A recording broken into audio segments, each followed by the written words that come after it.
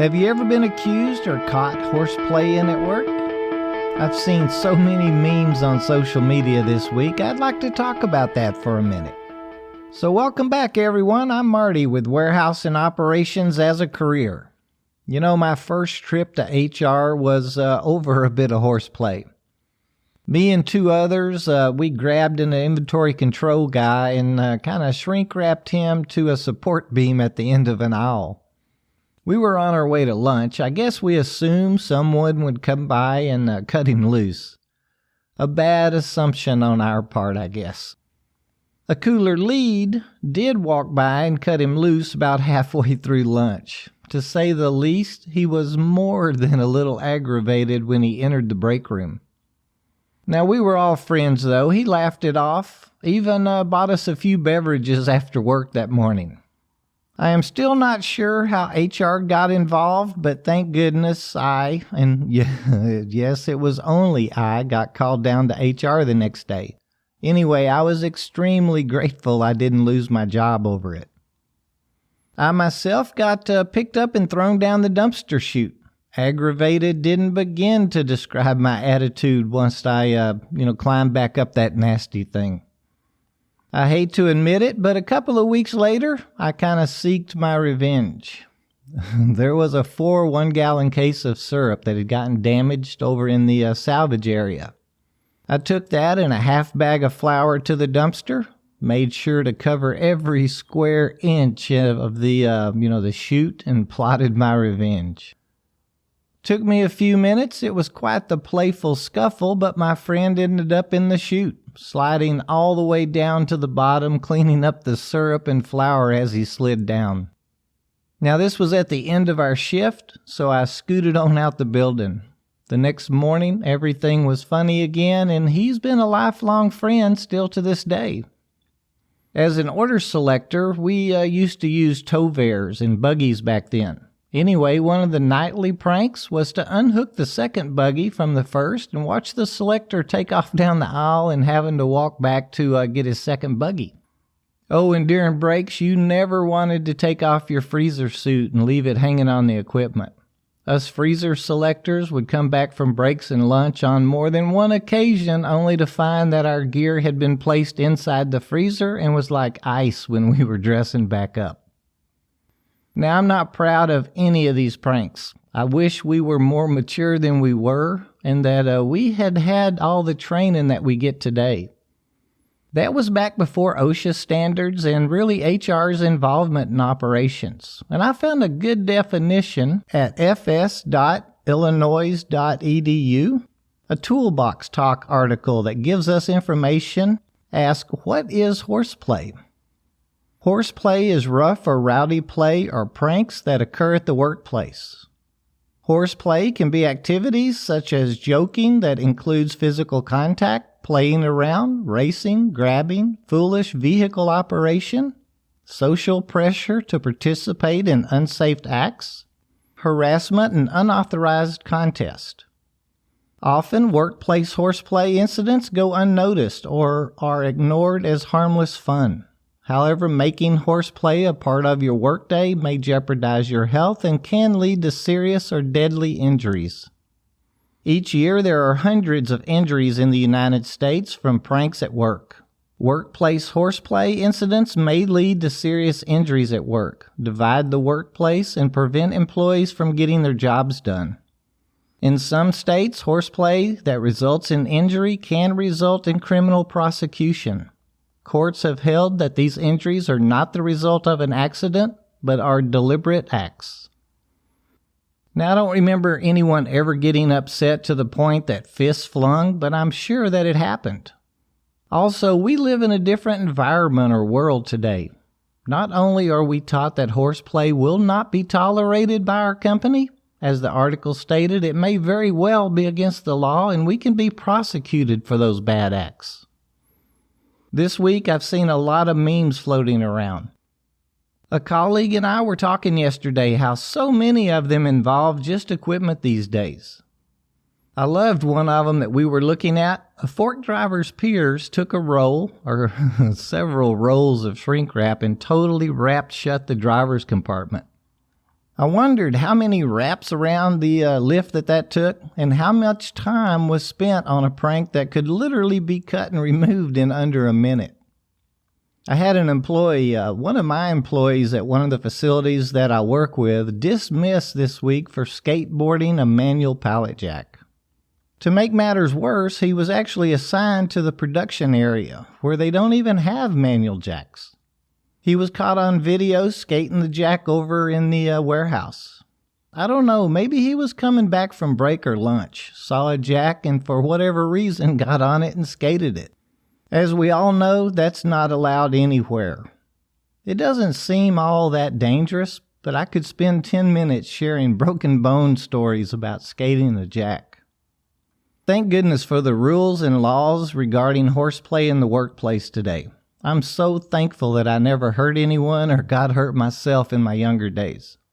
And thank goodness that our industry has grown so much in the last 20 years, especially in the safety arena.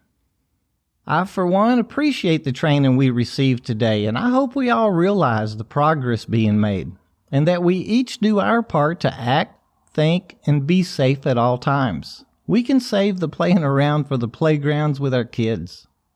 Anyway, enough of all that, I guess. You'd never be guilty of horseplay in the workplace anyway, right?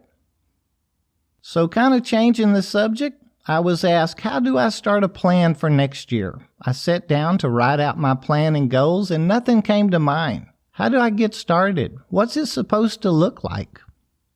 You know, that's a very good question. And there's not a right way or a wrong way to get started. I myself grabbed pen and paper this week and started planning what I wanted to do in 2020. Even if I try and separate my personal and professional goals, they somehow seem to intertwine themselves every year. So I find that I usually start out with my personal ones and see where that leads me. My advice would be to start with the obvious ones. Now, you can't write down to make $10,000 more next year without adding the steps that you'll need to take to get there. By the way, $10,000 is only $4.81 more cents an hour, and those are just regular hours throughout the work year. If overtime's involved, it even gets easier to earn that. That could be as simple as one promotion or one department transfer. Maybe going from a non-pit or powered industrial truck task to using some sort of equipment or an equipment position. Imagine the increase coming from, say, the restaurant service field into a sanitation or utility position, or a warehouse general labor job to a pallet runner. If you've listened to most of this year's programs, you already know how you can make those moves. Oh, and it's so important that we take advantage of any program that our company offers, whether through production incentives, 401k programs, or any kind of bonus opportunities. Picture this, and I don't know the exact formula that this facility uses, but here's a great example of just plain making money. An attendance program. If you are on time every day of the week, you can earn between $50 and $70 for that week. That's a possible $2,600 a year just for being on time. I can easily get up 15 minutes earlier than what I need to, knowing I'll make $50 more a week than I earn productivity-wise. With $2,600 on the table, out of around 15 people, there are usually only 3 to 6 of the employees that's earning it, and the others are only like 5 to 8 minutes late every day. Running 10 to 15 minutes earlier would put them all in the money. Now, not earning it is fine. It's not affecting their jobs or potential at all, but in my eyes, that's $1.25 more an hour, and is part of that $4.81 increase to get me that extra $10,000 that I'm wanting to make next year. Well, I got lost there again. Anyway, like I said, there's not a wrong way to start on our goals. I listed 3 things that I wanted to do next year. On my list, I wrote visit New York City. I have a friend that'll be giving her first TED Talk up there next year. What a great excuse to take a trip, right?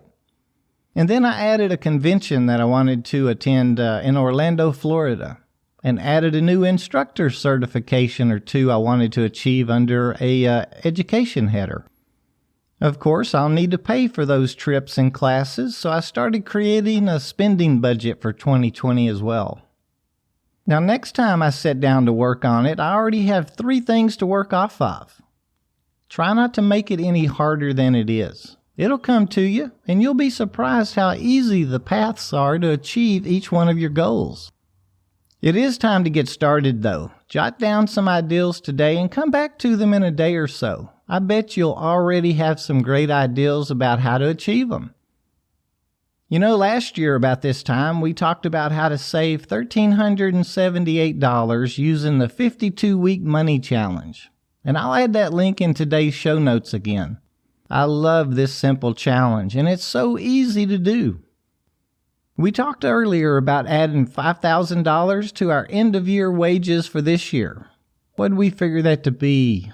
What was that? $2.40 more an hour. I've heard from a lot of us that we achieved that. Now, yep, that is hard work. We may have had to change positions even, but you know what? We achieved it. Want to double that this year? $4.81 an hour is what we would need to increase our wage by. It's very doable. We'll just need to have a plan. I tell you what, I'll put together an episode on planning and goals real quick, kind of how to get started, if you will. Maybe I can get some help. I'll ask around and see what I can learn. If you have a time-honored and proved technique, please share it with the group. Send it over to host at warehouseandoperationsasacareer.com and we'll help you share it. I'm kind of excited to put something like this one together. Well, there's a few of my random thoughts for the week, and please take horseplay seriously. The equipment we operate can be dangerous. Treat it with respect. It will not be funny when someone gets hurt or we lose our positions. Until next week, be safe out there. Our families are waiting on us to get home.